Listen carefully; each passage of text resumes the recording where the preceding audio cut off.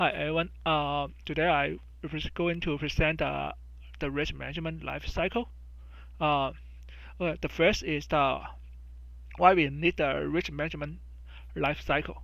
Uh, I think the risk management life cycle can help us master the method decided to anticipate adverse events that could negatively impact the project.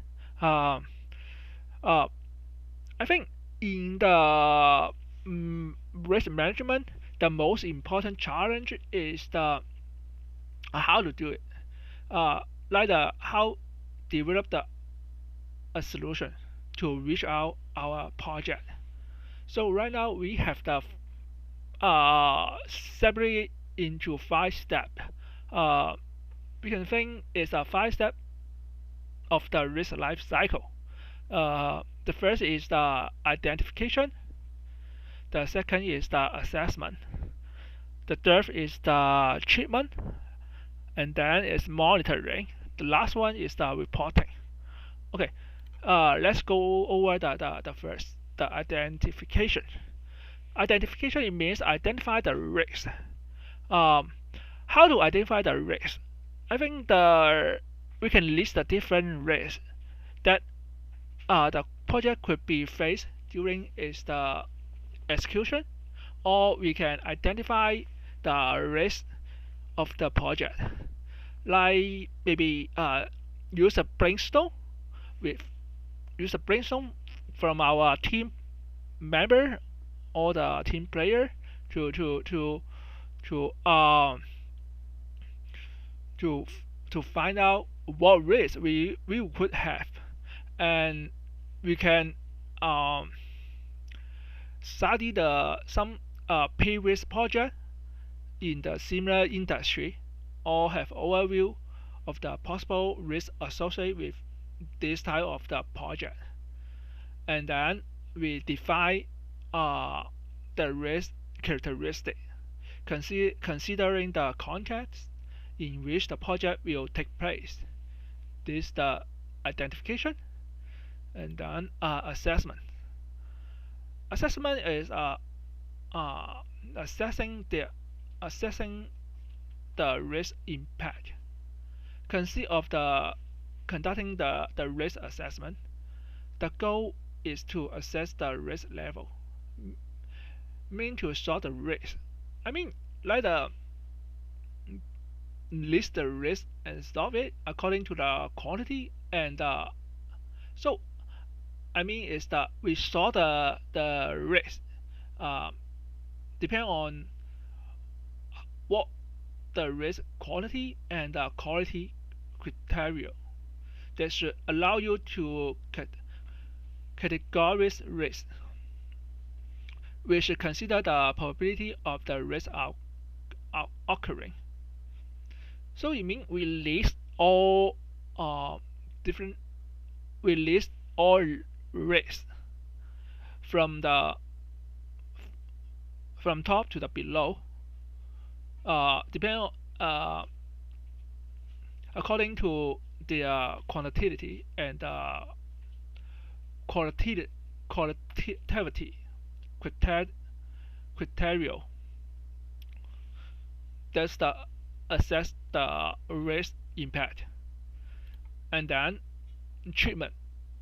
After we find out the different risk assessment, we need to have a treatment to to to to control the stage. Risk mitigation is based on control strategies and careful response planning. Avoid the risk, mitigate the adverse effect produced by the risk if it cannot be avoided. So I think uh, if the risk cannot be avoided, we should advise what effect it should have and what solution we can provide it and what should we do. I think we should minimize the risk, even it may not be avoided. Um, Find an alternative if the identified risk could compose a key part of the project. Um, I think sometimes we may not have only one solution. We may have the other one, like the alternation solution, or second one, or third one. We may use other solution to try figure out the risk. Or and then we should decide responsible for the risk within our organization. Yeah, within our organization, we should decide responsible. Um,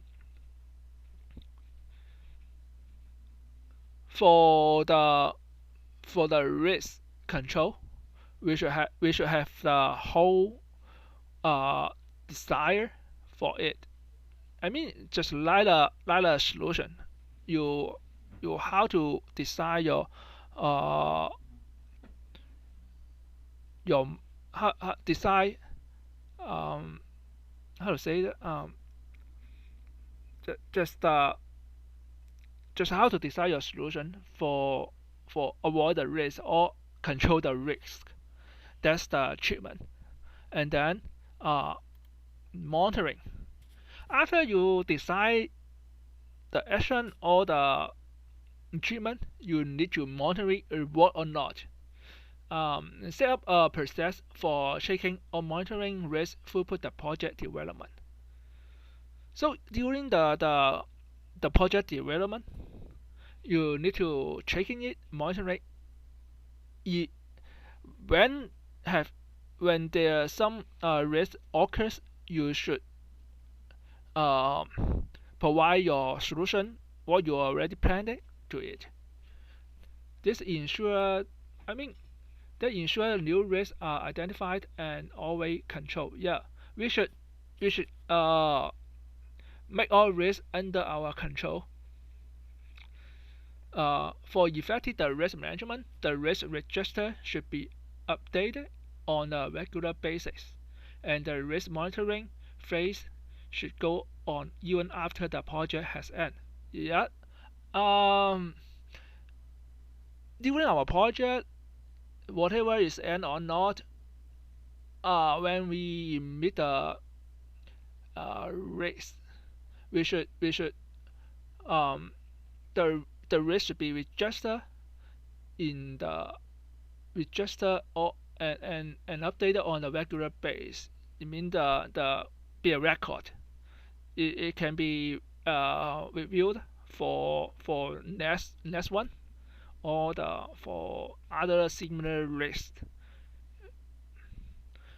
Um, if the if we have a new risk arise, it should we evaluate the measure taken previously. This is to check whether the methodology you used was accurate and relevant, or if it should be reversed. Um, yeah, even during the project, you may have the new risk or the risk arise. Um, you may measure taking the previous record you mined or you did it before or you searched before to to to to to to provide the methodology you use. The last one is the reporting. Report the result. We must save our analyze and record our tracking to make the history available to others. This makes it possible to derive good practice for future projects from our experience. Actually, yes. Uh,